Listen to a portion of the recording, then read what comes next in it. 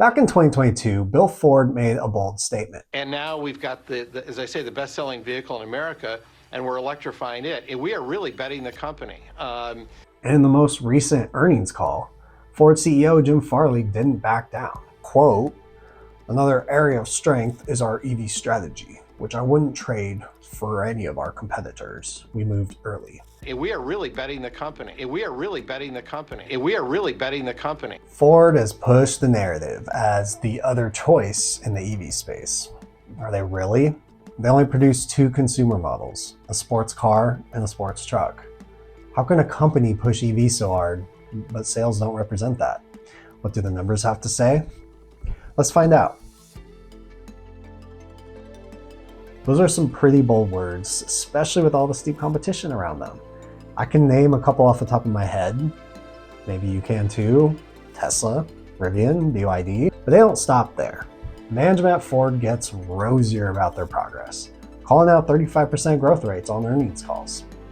If I'm an investor and I hear that, I'd probably get really excited. To me, it sounds like great execution, a company headed in the right direction with their strategy. I mean, I might even buy the stock as an EV play if I hear about 35% growth on that EV strategy. But what if I told you that their EV success is a mirage? Ford is one of the OGs of the automotive industry. It was started way back in 1903 by Henry Ford. Mr. Ford was a groundbreaker in many different ways. He didn't invent the car, but he put it on the map with his innovations and assembly line production. Many of those black and white movies with cars that you saw back in the day were most likely made by Ford Company. Today, the company employs 177,000 people and it has a market cap of over $40 billion. Ford is famous for cars such as the Shelby GT and the F-150 trucks. Today, they produce a wide range of vehicles, and their business is divvied out into four segments. You have Ford Blue, Ford Model E, Ford Pro, and then Ford Credit, which is just their financial arm. Over the last quarter, Ford didn't do too badly. Revenues were up 5%, and adjusted free cash flow was around $2 billion. Not terrible, not the greatest. You might consider it acceptable if you're an investor.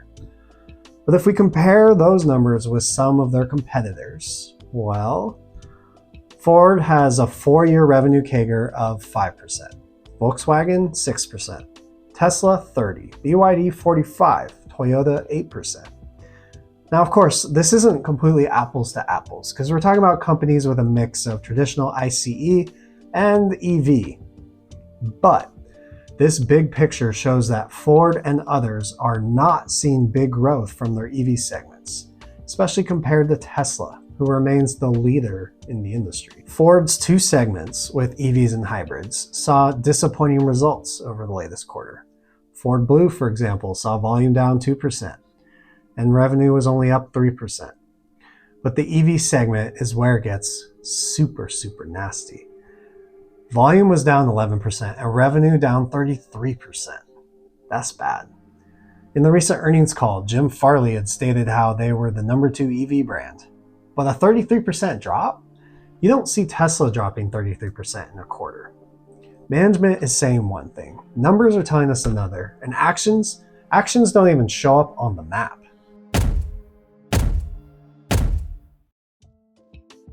Substantially all of Ford's products are sold through either distributors or dealerships. That takes some of the pressure off of Ford, who can pass along some of the advertising work to their dealers, while Ford focuses on manufacturing and designing new automobiles. But here's where it begins to get interesting. Ford sold 4.4 million vehicles wholesale in 2023. 48% of those were in the United States, meaning the company's bread and butter is still in the United States. But okay, let's get to the main event, electric vehicles. You remember how confident management was about their EV strategy and how it will power Ford's future? What we see here, straight from the 10K annual report, is a much different story. Personally, I find it pretty incredible that only 12% of the company's vehicles sold wholesale in 2023 were either electric or hybrid. Let me say that again. a whole 12% of the company's sales were EV or hybrid. Come on, that's nothing. I understand it's an early market, but the fact remains that the overwhelming majority of Ford's wholesale vehicle mix today is traditional ICE or internal combustion engine vehicle. It's not that the company doesn't have a good foothold in EVs. Remember, they're the number 2 brand in their home market, the United States. But because it is still a minuscule percentage of the mix, if you buy Ford stock today, you're buying their ICE business, not their EV business. And that's just plain and simple. That's where it starts to get even more juicy, because there are some clear regulations coming down the road in the automotive industry. And those regulations, not looking good for Ford's ICE business. So what are the big risks coming down the pike? Enter Ford's villains, the California Air Resources Board, or CARB, and the U.S. Environmental Protection Agency. We know them as the EPA. Here's what we know. According to the EPA's website, a new emissions standard will unlock $190 billion in net benefits to Americans, reducing pollution, improving health, and saving money at the pump. They've published some big facts too, like transportation, single largest source of GHG emissions in the United States, making up 29% of all emissions. Now there's the new bipartisan infrastructure law, under which $7.5 billion is allocated to EV charging, and over $7 billion is set aside for investments in battery manufacturing. But that's not even the most eye-opening part. Going back to the 10K, CARB is pushing the EPA as far as it can. In fact, they recently adopted even more stringent emission standards, which includes, get this, 100% electrification of new cars and trucks by 2035. Those are passenger cars and trucks. The EPA hasn't approved that one yet, so we'll just have to wait and see. I know what you're saying. That's just California being cray-cray. You'd be wrong. As of December 31st, 2023, 17 states have adopted California's light-duty standards, and 9 have adopted California's heavy-duty standards. That unlocks a greater insight that we should pay attention to. California is leading the way, and some states are following.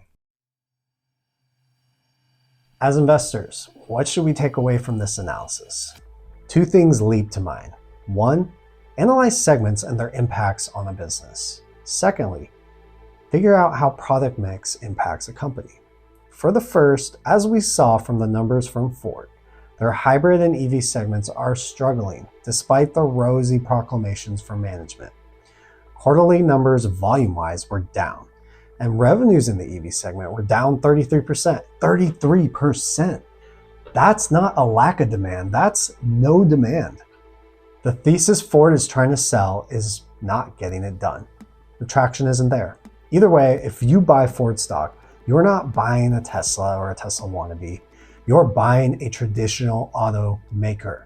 Second, looking at the product mix for Ford tells a story. Despite the rhetoric, only 12% of their wholesale units were EV or hybrid. Those numbers simply aren't going to move the needle. So where does that leave us? I'm just a dirty capitalist who wants to know, how do I make money from this? Look, I love a Ford Mustang as much as the next guy, but based on what we've discovered today, I believe the story is clear. If you buy Ford stock today, you are not buying their EV future, even though it's promising. Over the next 5 to 10 years, you are buying the traditional gas-guzzling car business. And so, your results over the next 5 to 10 years will probably be based on how that business performs. I could be wrong. That's what's fun about the market. But what about you? What's your take on Ford and the future of EVs? Drop a note in the comments. And for more truth-based research, just like this, check out my premium community where I highlight my own monthly stock picks and where other investors come to connect, learn, and grow. See you there.